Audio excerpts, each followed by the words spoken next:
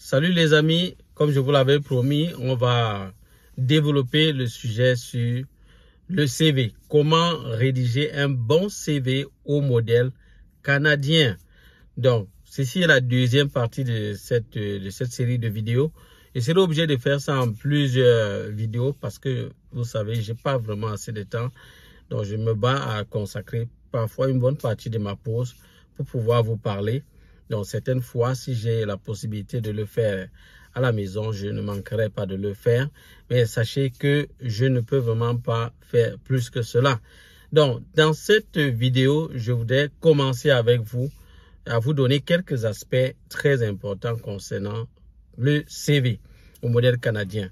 Donc, sachez que le CV est vraiment le premier document de contact entre vous et votre employeur, du moins l'employeur que vous convoitez. Donc, lorsque l'employeur prend votre CV, déjà, c'est la plupart du temps, c'est envoyé en ligne. Donc, lorsqu'il le consulte, il n'a pas généralement beaucoup de temps à mettre pour avoir déjà une idée de ce que vous pouvez faire, de savoir est-ce que c'est vous vraiment le candidat idéal qu'il est en train de chercher. Parce que sachez que ces employeurs recherchent vraiment la qualité. Ils veulent vraiment la personne qui aura le meilleur potentiel possible pour occuper le poste et pouvoir bien le maintenir. Donc, vous devez donc, lorsque votre CV se présente, lorsque vous rédigez votre CV, faire l'effort d'être assez clair, assez précis, assez concis dans tout ce que vous allez devoir rédiger.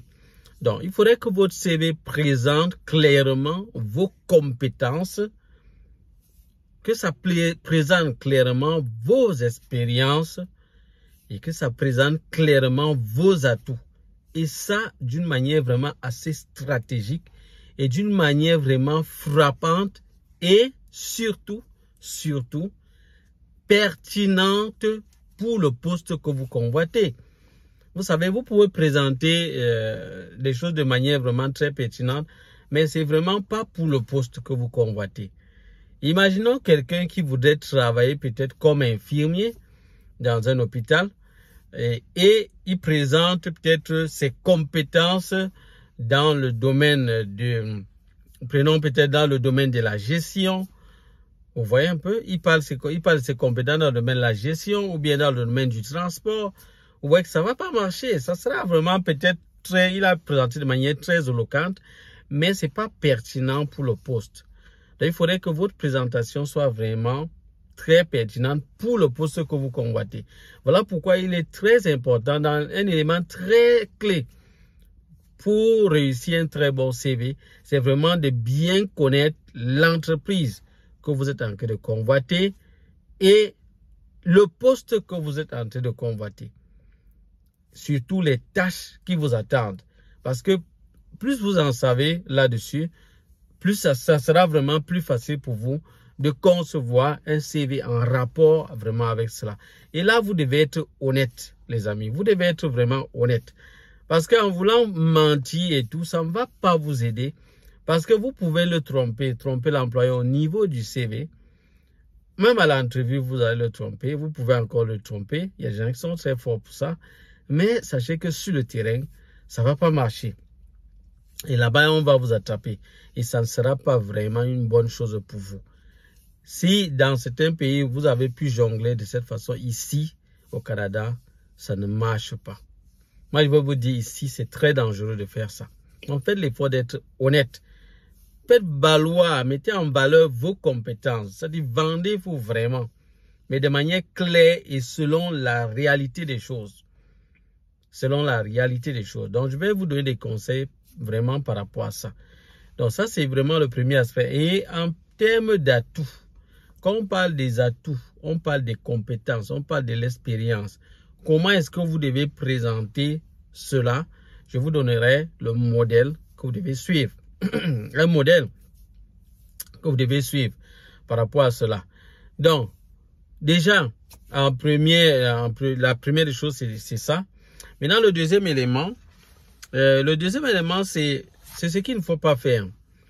Il y a des petits pièges dans lesquels il ne faut pas tomber. Et pour cela, je noterai déjà le premier aspect. Les gens qui passent le temps à beaucoup rédiger, à beaucoup écrire. Donc, ils développent trop c'est leur compétence ou leur expérience. Ils développent trop. Et là, ça prend beaucoup de pages. Donc, quand vous faites un bon CV, ça doit prendre au maximum 2 pages. Au maximum 2 pages. Donc, notez cela. Et ça doit être, tout doit être fait de manière bien ciblée. Bien ciblée. Donc, ça, c'est déjà la première erreur des gens qui mettent beaucoup de pages. La deuxième erreur, ce sont ceux qui donnent leur CV, qui envoient leur CV avec des fautes à l'intérieur, des fautes d'orthographe ou de grammaire. Là, c'est très, très mauvais. Parce que si l'employeur récupère votre CV et il lit dès les premières phrases là, il se rend compte que vous avez commis des fautes d'orthographe. Là où il fallait mettre S, vous n'avez pas mis. Mais c'est très grave. Il va mettre de côté votre CV. Il dit très rapidement. Très rapidement. Ça, je vous le dis déjà, de manière sûre et certaine. Donc, faites l'effort d'éviter les fautes d'orthographe. Faites lire et relire votre CV par une autre personne pour que la personne peut-être puisse découvrir ce que vous n'avez pas pu voir. Donc, c'est très important. Un autre aspect, c'est d'adapter, je l'ai déjà dit, d'adapter votre CV au poste convoité. Ça, je l'ai déjà dit, donc ça ne sert à rien qu'on revienne dessus. Donc, vous devez également faire ressortir vos accomplissements. Qu'est-ce que vous avez eu à faire? Qu'est-ce que vous avez eu à faire dans votre pays? Maintenant, ce qu'il faut comprendre, c'est que les tâches que vous avez eu à faire dans votre pays peuvent ne pas bien ressembler aux tâches du poste convoité. Parce que vous avez dit qu'il faut toujours connaître l'entreprise. Donc, allez sur le site de l'entreprise, s'ils ont un site internet, essayez de prendre les informations concernant ce poste.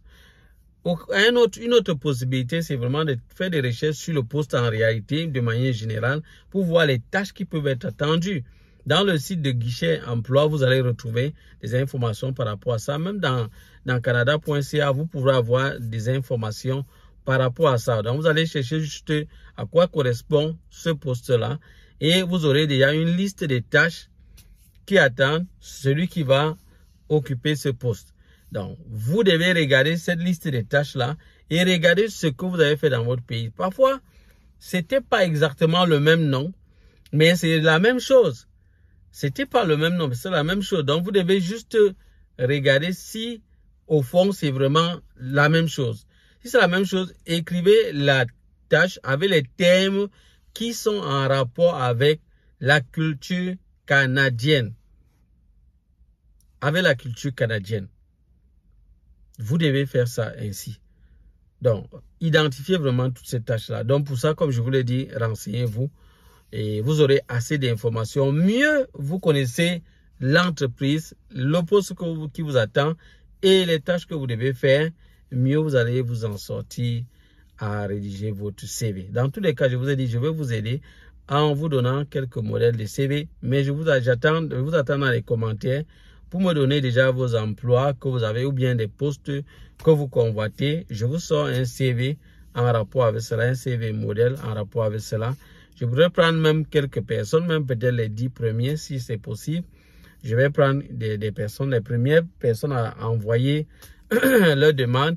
Je ferai un CV modèle pour eux. Je mettrai ça dans la barre de description. Ça permettra à plusieurs personnes de pouvoir consulter cela. Je crois que ça pourra vous aider. Donc, voilà un peu. Mais en attendant, on va évoluer. Donc, un autre aspect, c'est de quantifier vos réalisations. Donc, vous devez faire l'effort de... lorsque vous devez même étaler, je reviens là-dessus, lorsque vous devez étaler vos expériences, vous devez aller des expériences les plus récentes aux expériences les plus anciennes. Je vais revenir dans une autre vidéo sur chaque aspect là. Donc, je vais vous expliquer un peu en termes d'expérience, qu'est-ce qu'on attend de vous, qu'est-ce que vous pouvez faire ressortir. Je vais vous parler de ça. En termes d'atouts, il s'agit de quoi? Je vais revenir également là-dessus. Et sur d'autres aspects qui sont vraiment importants pour que vous ayez une meilleure idée. Donc, voilà, vous devez illustrer ces expériences-là de manière chronologique. vous mettez le mois et l'année. Parce que vous pouvez mettre, si vous avez, prenons, nous sommes en 2024, peut-être de 2020 à 2024, vous étiez peut-être, vous étiez peut-être infirmier, oui. Et de 2017 à 2020, peut-être mettons que vous étiez, on peut prendre quel autre métier que vous aviez eu à faire. Supposons que vous étiez même suppléant ou bien même enseignant. Oui, peut-être vous avez quitté l'enseignement, vous allez faire, aller dans la santé. Donc là, je suppose, bon là, peut-être ça donne pas très bien. Donc on va prendre le cas où vous étiez peut-être enseignant et puis informaticien. Donc vous étiez 2017, 2020, vous étiez enseignant et puis à 2020 à 2024, vous étiez informaticien. Vous pouvez mettre ça comme ça. Et là, vous allez commencer par mettre le mois, l'année, la plus récente. Donc vous allez voir la période la plus récente ici, c'est 2020 à 2024, informaticien. Vous commencez par là. Et vous mettez le mois et l'année. Donc si vous avez commencé en mars 2020, et vous avez fini peut-être en septembre 2024, vous mettez donc 3 2020 à 9 2024 et vous mettez le métier le poste que vous occupez. Vous pouvez mettre virgule, vous mettez la ville ou le pays. Dans certains cas, ce serait mieux de mettre la ville si vous êtes au Canada. Ce serait mieux de mettre le pays si vous êtes à l'extérieur du Canada. Je vous ai dit, je reviendrai en détail sur chaque aspect. Quel autre aspect je peux mentionner d'abord de manière générale? Vous devez utiliser les verbes d'action, pour pouvoir ressortir ces éléments-là. Donc, vous devez utiliser ces verbes d'action et je vais vous donner quelques exemples pour que vous puissiez mieux voir. Donc là, ma pause s'achève déjà. Je serai obligé d'arrêter. Vraiment, je suis désolé. Mais je reviendrai là-dessus. Ne vous inquiétez pas. Je vais élaborer cela. Mais déjà en commentaire, mettez vos jobs, des emplois que vous convoitez et je prendrai la peine de sortir un CV pour vous. Mais je vous dis déjà que dans le guichet, dans le site de guichet emploi, il y a déjà un lien pour pouvoir faire votre CV vous-même qui pourra vous aider déjà dans ce sens. Vous allez juste ouvrir un compte là-bas.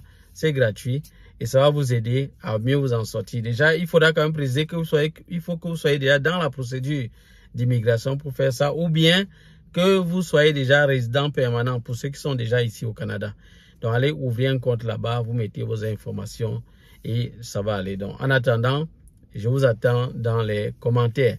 Ça sera tout pour cette vidéo, les amis. Donc, ne manquez pas la prochaine vidéo pour la suite de ce sujet sur comment faire pour rédiger un bon CV au modèle canadien.